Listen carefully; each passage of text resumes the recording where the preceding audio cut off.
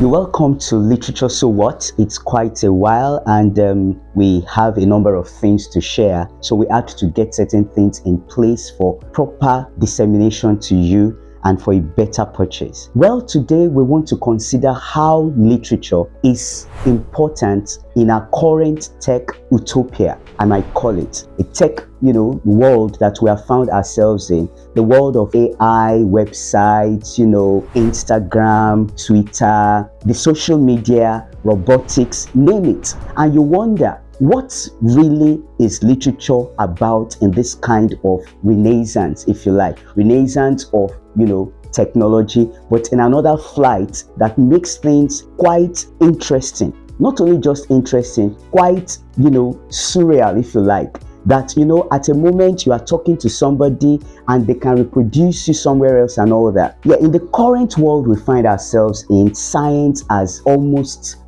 changed what we know about reality. We have a time when it's possible to actually even do surgery from a distance. I'm talking about continental distancing, where somebody could do what is called telesurgery and operate from another continent to make a surgical operation on a patient somewhere else. And you wonder, this is becoming so hyper real. And this is the time of science, it's the time of technology, it's the time of the STEM, fields. But we wonder, what has literature got to do with this? Novels, plays, poetry, entertainment. What's the relevance of this? In fact, that is the reason why some universities are considering the abolition of the humanities in the study of knowledge and how things affect society. They've moved motions in certain universities that literature should be cancelled as a course,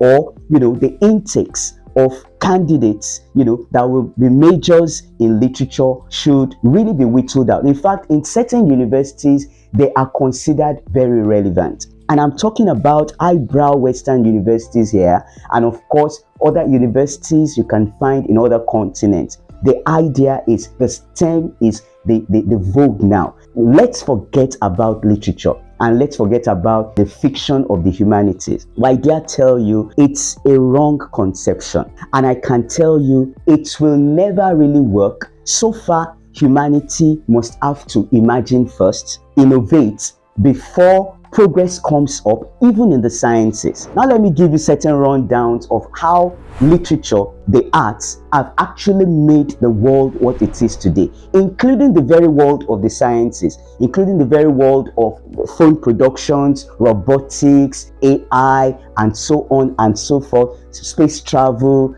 aircraft, engineering, and you name it, software engineering. How has literature been very important in all this? And how is it that it's not possible for us to abolish the significance of literature in our lives or in the human society? Now let me start with this. When we talk about the sciences, we talk about how innovation makes some thinkers go beyond the box. And then they begin to bring about the phenomena that technology can bring about to make things work after a long span of research. But without that innovation, without the idea, there is no way science could be relevant to us in the world. In fact, ideas, there is no science without the imaginary world, which is really what encompasses the world of literature.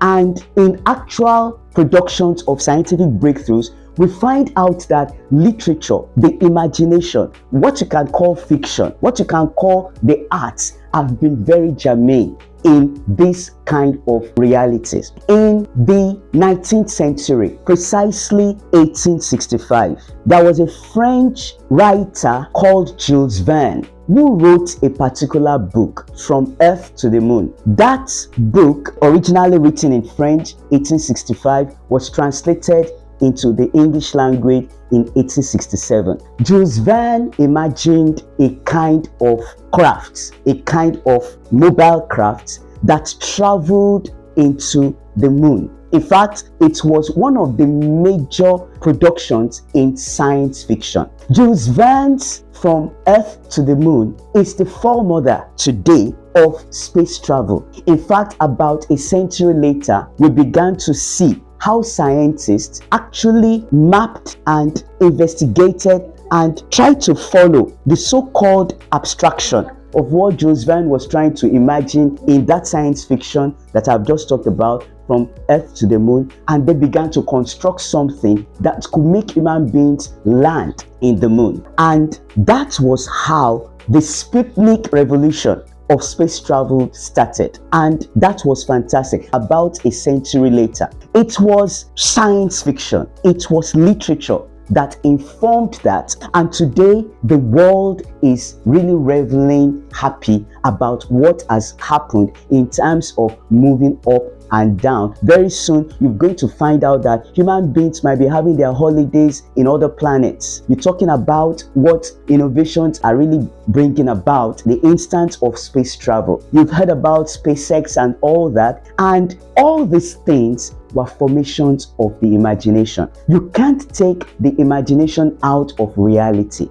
but the imagination is something you don't really always imagine until it brings about something new that science is giving us today. I want to talk about another scientist that did something very novel and has informed how our phones have become very smart. Martin Cooper is his name. He was an engineer with Motorola, and Motorola, was the first industry that produced the flip phone. The flip phone that has now transformed into the smartphone that we now use in almost anything, that has to do with human relations, human technology, media, the social media, and so on and so forth. Martin Cooper was an engineer with Motorola, and he was the first that created, along with his crew of engineers, that produced the first flip phone on earth.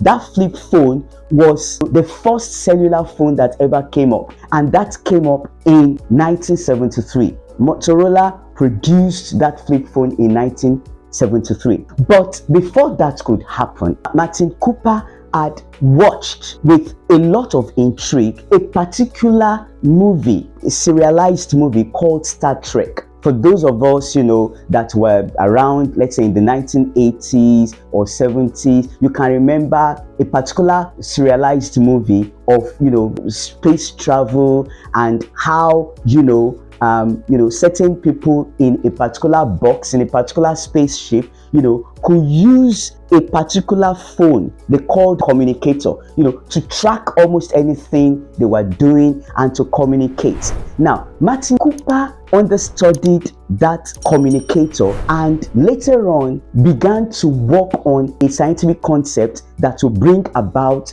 the first flip phone on earth, which eventually came up later. And in 1973, this came up and was the foremother of what we call the smartphone today. What about the Neuromancer? Neuromancer is a particular novel written by William Gibson, and that novel, Neuromancer, is the mother of the cyberpunk genre in literature. The cyberpunk, where you have cyber activities going on. By the way, the word cyberspace? Cyberspace was first written and first uttered in that very novel, Neuromancer. And Neuromancer, the novel, actually donated the word cyberspace to the world. Now today, when we talk about the cyberspace, it seems as if some scientists, while working with some kind of technological concept, brought that about. No, it came from the novel. In fact, the very word robot came from Karel Caprek's play, a play that had been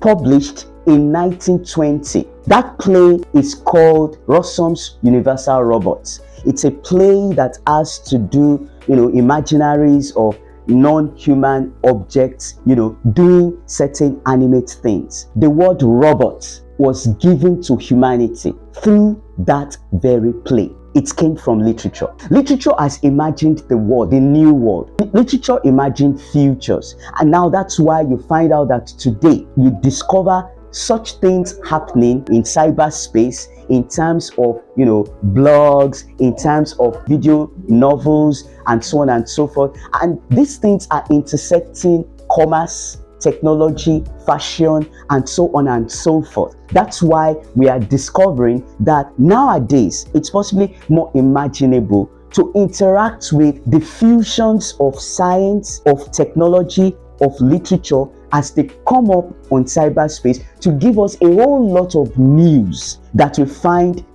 much part of our lives today. Don't cancel literature. Literature has always been there. It has done the work of politics, is involved in the global industry. Talk about billions of dollars being made by writers today. Even in previous times, people like R.H. Stowe, who wrote Uncle Tom's Cabin, sparked debates about slavery. In the United States, when slavery was the norm then, it was part of the revolutionary twist that took away slavery, slave trade to be precise, in that kind of Atlantic context, and so many other things like that. Until these things fall apart, for example, allowed the world to know more about the African culture. If you want to know more, certain other things that literature has done, even before the present technological breakthroughs that we have now, check the lecture on LSW. It's been done quite a while ago. The title is Exactly What is Literature. Please go to that video and watch it. It will give you some insight about how these things had been developing before this very tech war. Ladies and gentlemen, let's call it a day now, but we are coming up very soon to talk about, the complexity, the intricacies, the wonderful, instances, of the text very soon. Make sure you subscribe to this channel. Make sure you like it. Make sure you advertise it to others, and make sure you subscribe.